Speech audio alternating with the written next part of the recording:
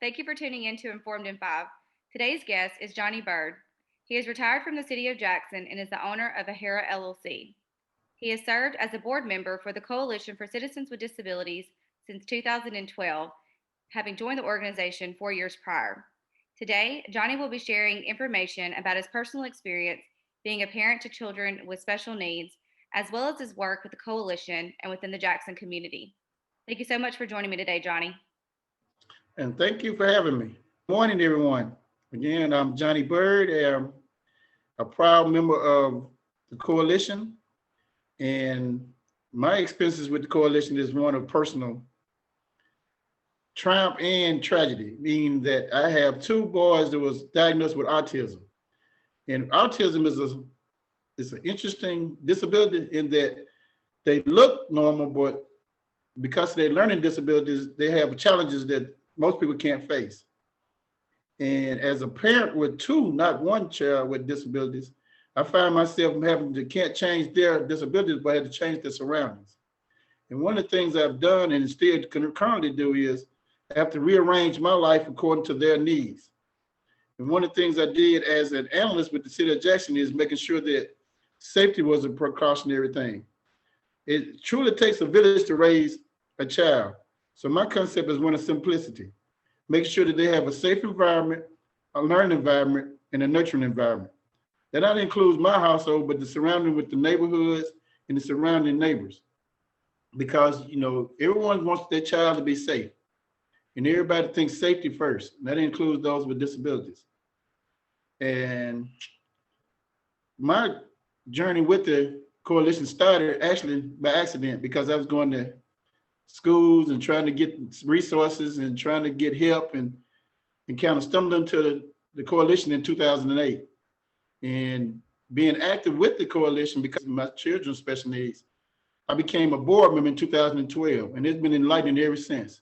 And one of the things I make sure of is make sure that everyone understands that the special needs are just those special needs. It's not an inability, it's our ability to make sure that they have the resources necessary to have a conducive, positive life. And it's been a wonderful experience. I make sure that I attend the legislative meetings. I make sure I watch what's going on with the legislative votes. I make sure that the local level, that from the mayor or the supervisors or the school districts or whomever are informed about what's coming down the pike and what can come down the pike.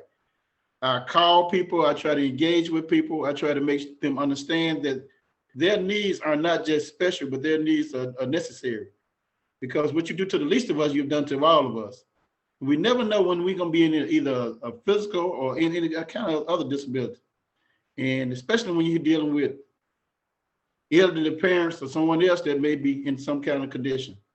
And I'm no different from anyone else. I'm one of them in the middle, had to take care of my parents as well as take care of my children. And that's a great challenge for most people. And it's incumbent on all of us to make sure that we do our part. And I get more fulfilling for being a board member than anything, because the coalition is the coalescence of other groups and other organizations that can make sure that everything gets addressed.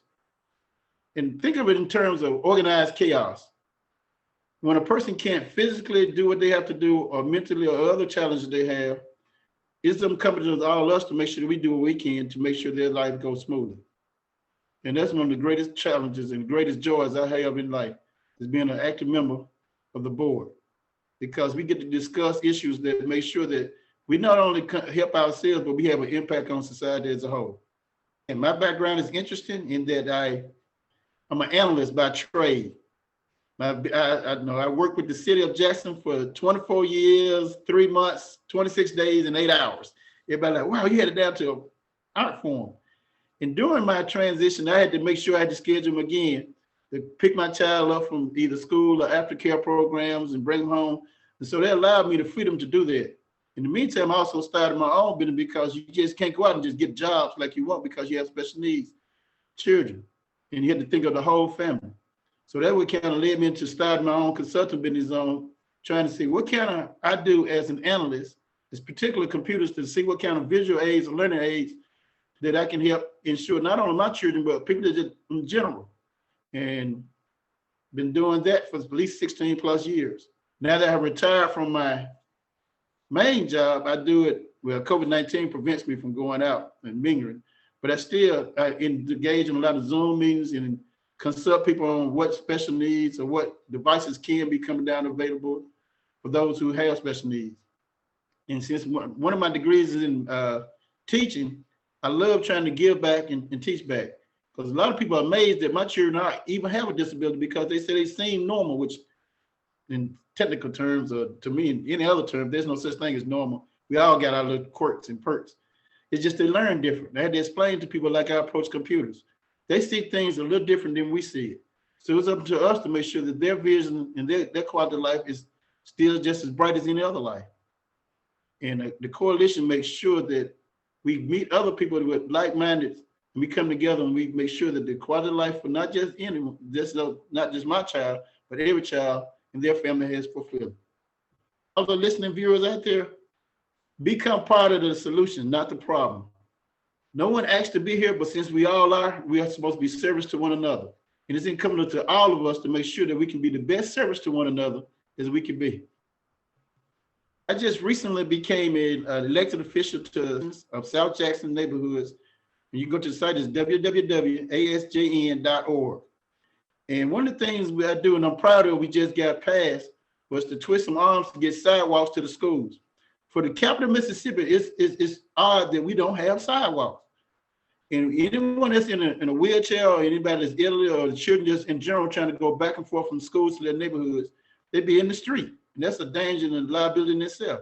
And I'm glad that I was part of pushing and making sure that we got the necessary funds for at least one sidewalk. I'm constantly trying to find other avenues and other resources of funding to make sure that each and every sidewalk, at least coming from the school to the neighborhoods adjacent to them, have sidewalks. And working with the youth, I work with the youth at the high schools and in the feeder parents into the high schools and as a association of South Jackson neighborhoods. The Buddy Up program, I had to explain to some of the older kids or the kids that don't have disability, partner up with a child with special needs. Get to know that child gets to know you, because sometimes their insensitivities is that they don't have friends. Even in a COVID environment, thanks to technology, we still can talk to each other. And a lot of them, because of social distancing now, they can't interact. And the kids I do run across, I explain to them, call out or reach out to someone that you know that has a disability. If you just hear your voice, that'll break the monotonous of having to be in the house all the time.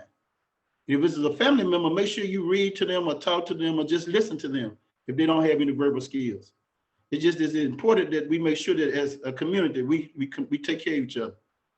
And I always tell people, there's no such thing as houses, they're homes. There's no such thing as a good neighborhood or bad neighborhood. It's just that it's good and bad behaviors. And like anything, behavior can be learned or unlearned. And when it comes to those with special needs, we have to make sure we show the positive and not the negative. A lot of people look at what they can't do. I focus in on what they can do and highlight those aspects. I always tell, even with the kids that I work with part-time, I tell them we only have 5 senses. And unfortunately, this generation, you have to use 3 of the senses in order to get through to them. In my generation, they could tell us something, we understood and we did it. Because all this social media and the internet and this and that, you have to use 3 out of 5 senses to get through to them. It took me a while to figure that out. And so now when I talk to them, I not only talk to them, I show them and I let them experience it by doing it. They're like, oh, I get it now. Because of video games and all that. That's how they program to think. And with autism, they take snapshots of life. So I apply it like I do computers, zeros and ones. And so that's why I got around my children's disabilities. I made sure they had learning aids that highlighted what they were good at. They okay. Like I said, that's one reason I work for myself too, now I'm retired. Multiple sources of income. They don't want to be liability, they are assets. All our children are assets. All our people are assets, but we got to start, ain't but one planet, so we can't destroy it, ain't but one people. We can't just overlook everybody. We just got to come together and take those differences and add them to the quilt so that we all can be warm in hearts. My passion is I got to help those who can't help themselves. And because in the back of my mind, what if that was me? That's what I always had to tell myself, tomorrow isn't promised. I have to be an inspiration because I don't know my expiration. So any day that is above ground that I have to do what I have to do, I do. And that comes from tragedy because my parents had 8 children. And we had a brother that died of cancer. We were one of the first Black families admitted to St. Jude in 1962. And my brother died in my father's arms. And because he used to smoke cigarettes, he always blamed himself. I'm like, nah. And that's one reason my passion is we have to help each other. We have to. I mean, there's no middle ground in there. Our existence right now depends upon whether or not how we can cope with tragedy. How can we come through on the other side and make sure that we're brighter than the darkest days? How can we make sure we carry someone along with us during those tragedies? Because I tell people, you can't have tribulation without trials. And so these trials we're going through called COVID-19, I actually did the plan for the city of Jackson and went to the CDC Center in 2008 and presented it. I included special needs, what ifs, because they know most people are overlooking. And so that's why I'm real passionate in making sure that I take care of that, because I could have known. People say, why are you still with the city? They don't pay you any money. I like, if not me, who? If not when? They're like, well, you're too smart. You this and that. You need to be doing this. You need to be teaching full time. I'm like, no. I'm where he want me to be. And that's why a lot of folks don't realize it ain't all about the material things. We can't take it with us no way. But if I can leave that legacy and that passion with somebody else to take it and carry it one more step, I'm fine. No one's perfect in this world. And so, and if we know this world is limited, it's incumbent on us to make sure that we do the best to help one another. I mean, we just have to. And sometimes we get sidetracked about nonsense and things that have really no importance. It's a divisive tool. We have to come together in order to get everything done. You just have to. Thank you so much for all the work that you're doing with the coalition and also with the Jackson community, and your passion for what you do. Being a parent just really speaks volumes. So we need more people like you. And like I said, thank you so much for being a board member and being so active and involved. And I'm gonna leave with this parting words. We only strong as our weakest links. And as family members, it's incumbent to each other to love each other unconditionally. No one asked to be here, but since we are, we have to be better stewards of ourselves, our resources, and in particular, our children, because that's the future. And whatever we put in, we're going to get back out. And love has no boundaries or no conditions.